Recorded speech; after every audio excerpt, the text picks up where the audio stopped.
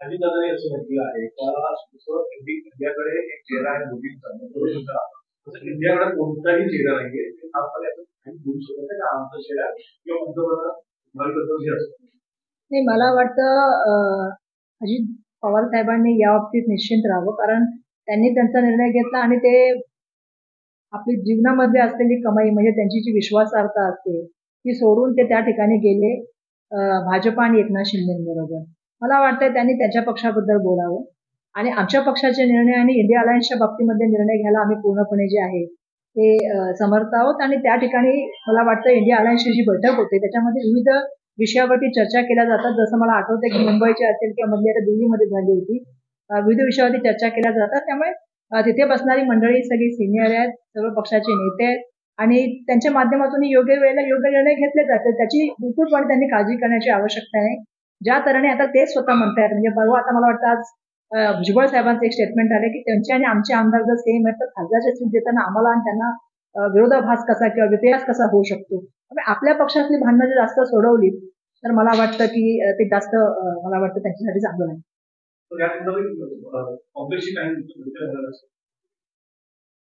कशाबद्दल नाही, आज आम्ही जे इथे बसलेलो आहोत ते तयार हा कार्यक्रमाच्या अंतर्गत जे आहे ते अखिल भारतीय काँग्रेसच्या वतीने जे काँग्रेस पक्षाची स्थापना दिवसानिमित्त त्या ठिकाणी मोठी रॅली केलेली आहे.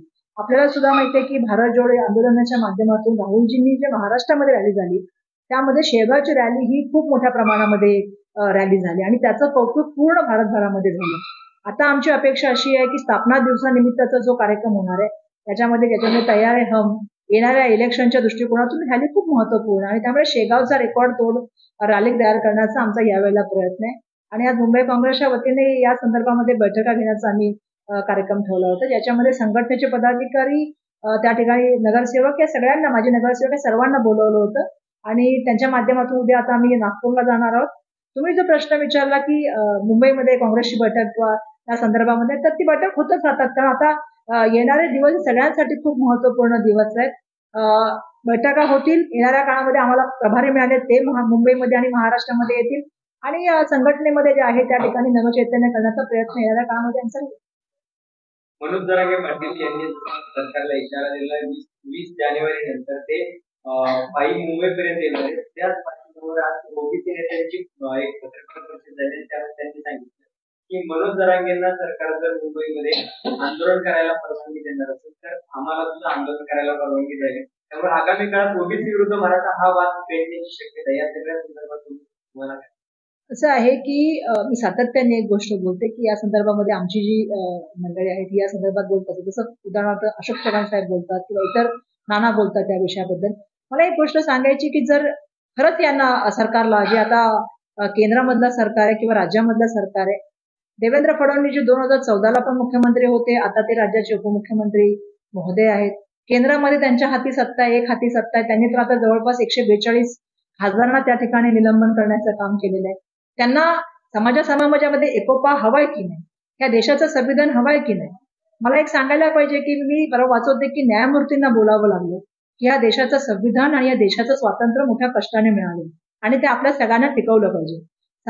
समाजामध्ये एकोपा निर्माण करणं, समाजाला बरोबर घेऊन जाणं ही राज्याची आणि राज्याच्या प्रमुखाची भूमिका असली पाहिजे असं मी मानते. त्यामुळे याला जर आता हा वाद संपवायचा असेल तर केंद्र सरकारने यामध्ये लक्ष घालण्याची आवश्यकता आहे. जी 50%च्या वरची जी गोष्ट करायची आहे त्याला कॉन्स्टिट्युशनल अमेंडमेंटची आवश्यकता आहे. आणि मला असं वाटतं केंद्रामध्ये त्यांच्याकडे मेजॉरिटी आहे, राज्यामध्ये त्यांच्याकडे मेजॉरिटी आहे. जर त्यांना अमेंडमेंट करायची त्यांनी लवकर हा निर्णय घ्यावा आणि समाजाला एकत्र कसं आणता येईल, कारण हा महाराष्ट्र प्रगत आणि पुरोगामी महाराष्ट्र आहे. सामाजिक एकोपा ही आपली सगळ्यांची ओळख आहे. संतांची महात्मांची भूमी, छत्रपती शिवाजी महाराजांची भूमी, क्रांतिज्योती ज्योतिबा फुले, महात्मा फुले आणि सावित्रीबाई फुलेंची भूमी आहे, बाबासाहेबांची भूमी आणि या देशाचे संविधान रचित्यांची भूमी आहे. त्यामुळे मला असं अपेक्षा आहे की एकता येईल, सामाजिक सलोखा निर्माण होईल, असं वातावरण त्या ठिकाणी करण्याचा प्रयत्न राज्य सरकारच्या माध्यमातून झाला पाहिजे. हा प्रयत्न करावा असं मला त्यांना सांगितलं. काल मुंबई अध्यक्ष आशिष शेलार यांचं म्हणणं होतं की मुंबई ही नरेंद्र मोदींची आहे, मुंबई ही देवेंद्र फडणवीसांची आहे, मुंबई ही भाजपची आहे. मला वाटतं मुंबई ही मुंबईकरांची आहे. मुंबई ही मुंबईकरांची आहे. मुंबई ही मुंबईच्या स्पिरिटची आहे. मुंबई ही मुंबईमधल्या प्रत्येक नागरिकाच्या मेहनतीची आहे, कष्टाची आहे, त्याच्या श्रमाची आहे. आणि मला असं वाटतं की मुंबई हे जगपातळीवर आर्थिक राजधानी फक्त फक्त म्हणून चालणार नाही. मुंबई ही अशी आहे की स्वप्न नगरी, जिथे प्रत्येक जण माणूस येतो. ज्याला 10 रुपये कमवणार आहे तोही मुंबईमध्ये जेवू शकतो, जो 1000 रुपये कमवणार आहे तोही जेवू शकतो.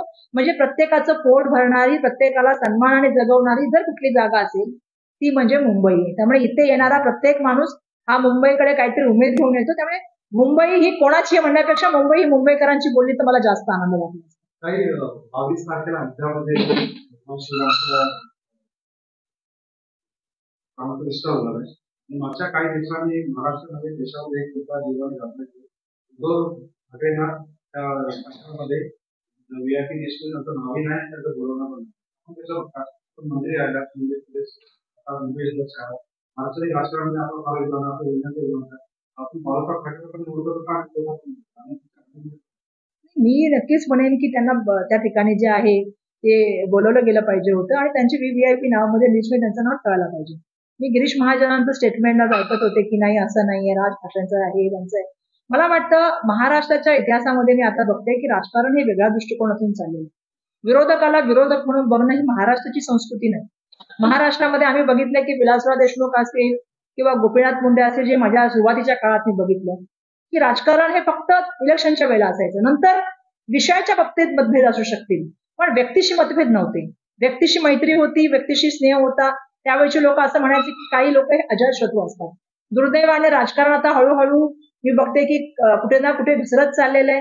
त्याची पातळी आता कुठे खालवत चालली आहे का, हा सुद्धा आता आपल्याला विचार करावा लागेल. आणि स्पेसिफिकली फक्त राजकारणाला विचार करावा लागेल असं नाही, पत्रकारांना सुद्धा विचार करावा लागेल, सर्वसामान्य माणसांना सुद्धा विचार करावा लागेल. विरोधक हा विचारिक विरोधक असू शकतो, तुमचे त्याशी मतभेद असू शकतात, एखाद्या गोष्टीबद्दल तो आवाज उचलत असतो, पण याचा अर्थ तो तुमचा वैयक्तिक वैरी असू शकत नाही किंवा त्याचं त्या ठिकाणी खच्चीकरण करणं ही भूमिका असणं हीच मुळात चुकीची भूमिका असं मला वाटतं. आणि आजकाल ती नव्याने पलपण्याचं काम त्या ठिकाणी होते आणि म्हणूनच कदाचित अशा घटना होत आहेत ज्या दुर्दैवी असं मला या ठिकाणी म्हणावं लागतं. दुर्दैवी आहे, कारण विरोधकाला विरोधक म्हणून बघितलं नाही पाहिजे. म्हणजे अटल बिहारी वाजपेयींचा किस्सा सगळ्यांना माहिती आहे की राजीव गांधीजींनी त्यांना अमेरिकेला पाठवलं त्यांच्या इलाजासाठी. त्यासाठी त्यांनी कमिटी तयार केली आणि त्यांना पाठवलं. म्हणजे विरोधकाला विरोधक म्हणून बघितलं नाही पाहिजे. ठीक आहे, दुसऱ्या पक्षातून लढतात, पण ती भूमिका ती लोकांची भूमिका त्या ठिकाणी मांडत असतात. वैचारिक मतभेद असतात, पण ती वैयक्तिक दुश्मनी किंवा वैयक्तिक ते राजकारणाचं द्वेष करणं ही भूमिका राजकारणात नव्हती. राजकारणामध्ये एकमेकाची भूमिका मांडण्याला जागा असतात, म्हणणं ऐकलं गेलं पाहिजे, लोकाभिमुख निर्णय घेतले पाहिजे, कल्याणकारी योजना केल्या पाहिजेत. आणि मला असं वाटतं की एकमेकाबद्दल त्या ठिकाणी वैयक्तिक द्वेष न ठेवता सामंजस्याची भूमिका असली पाहिजे आणि सन्मान असला पाहिजे.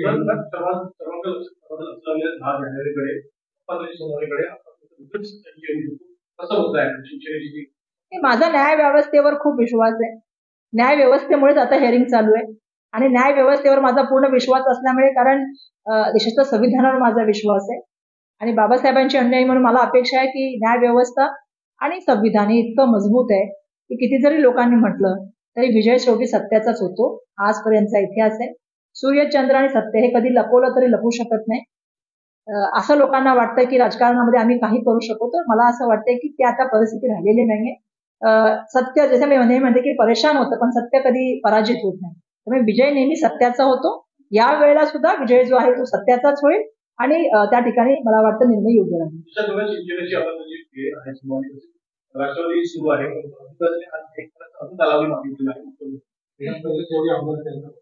मला वाटतं ते जो निर्णय आहे तो तुम्हालाही सगळं माहिती आहे. म्हणजे दुर्दैवाची गोष्ट आहे. म्हणजे मी परवा सुद्धा मुख्यमंत्री महोदयांना, माननीय मुख्यमंत्री महोदयांना बोलले की आपण होता, अजितदादा होते त्यावेळेला उपमुख्यमंत्री, म्हणजे आमच्या सरकारामध्ये होता, आपण सुद्धा त्यावेळेला नगरविकास मंत्री होता. आज आपण ज्या बोलताय त्याच्यामध्ये आपली भागीदारी नाही आहे का?